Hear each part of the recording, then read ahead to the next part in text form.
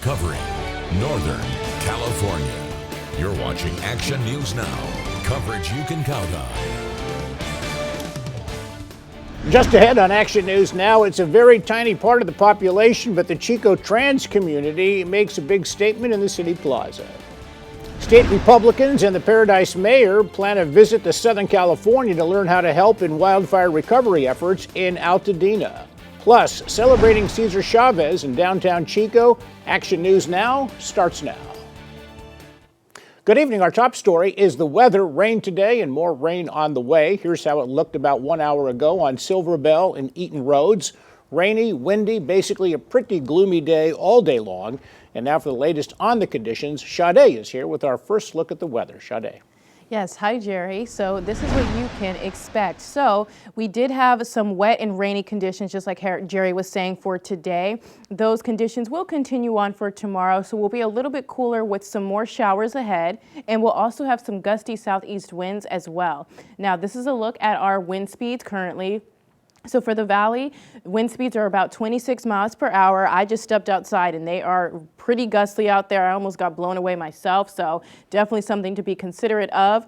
Foothills is reaching about 5 miles per hour, and then we have our mountains at 17 miles per hour. So we're only seeing those gusts in the valley region currently right now, kind of funneling over there, kind of making its way towards the mountains, kind of missing the foothill region, but mostly we're seeing that in the valley. This is a look at our low temperatures for tonight. So for the valley, we're going to be in the 40s. Foothills, we're going to be in the 30s to 40s range, and then our mountains are going to be in the 20s to 40s range for tonight. And this is a look at our temperatures for tomorrow. We're having that rain, and I'll break that down more as we get throughout our newscast. Back to you, Jerry. Thank you, Sade. Well, let's go to downtown Chico. Stonewall Alliance Chico did what it called amplifying and a call to action for the trans community, referring to it as a gathering to uplift and celebrate a grassroots, community-centered, First Amendment-protected action in the city plaza. There were table stations on topics such as boycotts and anti-trans businesses and trans-inclusive policies in local schools. We spoke with an advocate on what they hoped to accomplish today. Tomorrow being International Transgender Day of the Visibility, today we are going out and supporting and showing our support. We support you, we love you, we care for you. You are not alone. We have resources if that's what you need. We have community if that's what you need. Stonewall Alliance of Chico is a local LGBTQ plus nonprofit. They're open Monday through Friday. Come stop by there, get some support. We're here for our community. Well, studies like the one by the UCLA Williams Institute estimate that around 0.5% of those aged 13 and older identify as transgender. Tomorrow is Cesar Chavez Day, March 31st, the date of his birth, but the commemoration began a day early in downtown Chico. In California, this is a state-recognized holiday which pays tribute to the legacy of the Mexican-American farm labor leader and civil rights activist. Chavez co-founded the National Farm Workers Association in 1962. The keynote speaker at the event was Richard Ibarra, a close friend of Chavez who served as a speechwriter and confidant of Chavez. Cesar Chavez's birthday means to me, it's an opportunity for the community to get together, because through him, he made an example that not much can be done if it's only one person. It takes the community to get together in order to make a change. Only 10 of the 50 states, including California, recognize Cesar Chavez Day as a state holiday. Tomorrow, Republicans in the state legislature, along with Paradise Mayor Steve Crowder, will be in Southern California. They'll be joined by L.A. and Altadena officials for a disaster recovery and rebuilding briefing in Altadena, followed by a tour of the surrounding fire scar. In all, 12 Republican Assembly members and state senators will take part, including the North State's James Gallagher of the state's 3rd District. Results are in on a DUI and driver's license checkpoint in the city of Shasta Lake. The check was late last night. Here's the tally. 544 vehicles were stopped for the check. Of those, 6 traffic enforcement stops were made. 11 DUI evaluations were conducted and no DUI arrests were made, although there were 2 citations handed out for other violations. Drivers charged with a first-time DUI face an average of $13,500 in fines and a suspended license.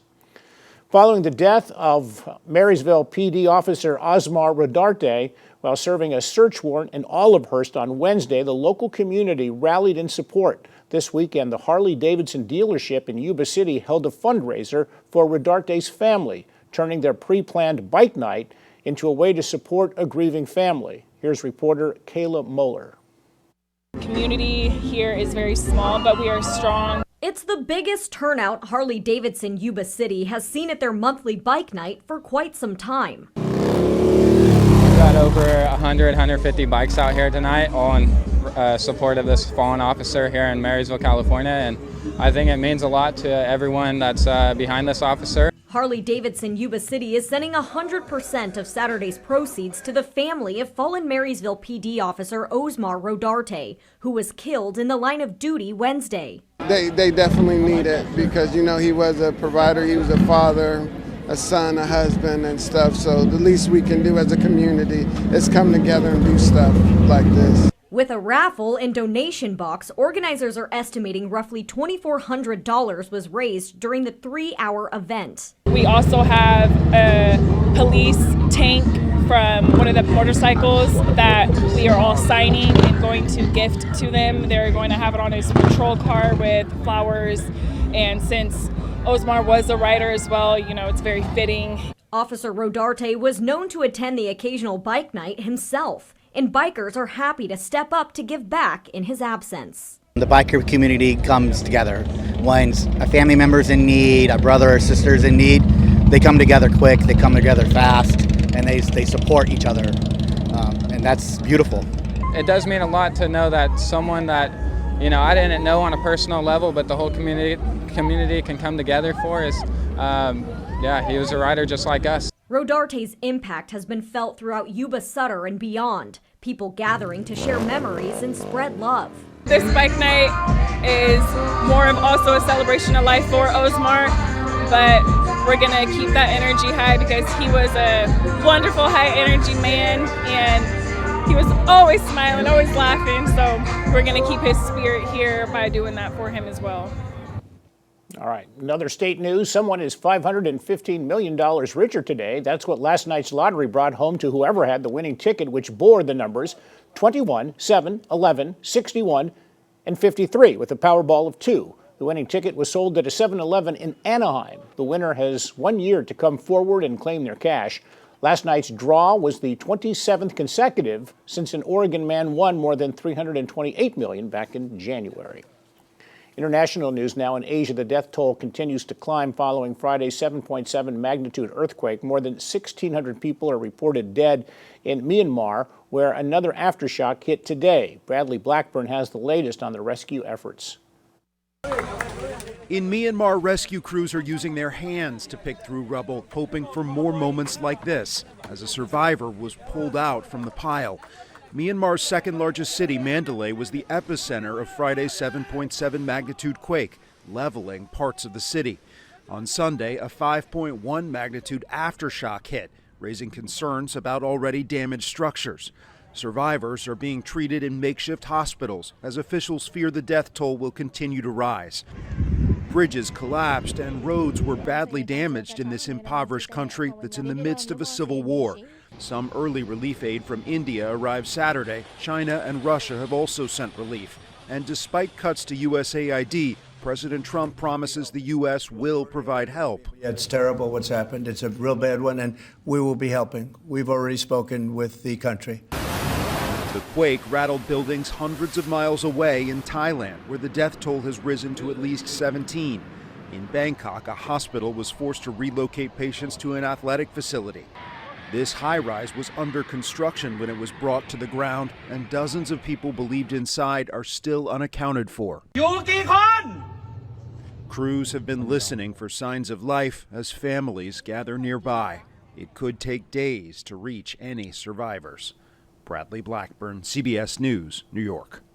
By one estimate from the U.S. Geological Survey, the death toll in Myanmar from this earthquake could top 10,000. Well, artificial this, artificial that. Would you confide in an artificial therapist? It may soon be an option, which we'll tell you about in our weekly health report. You're watching Action News Now, the Weekend Report.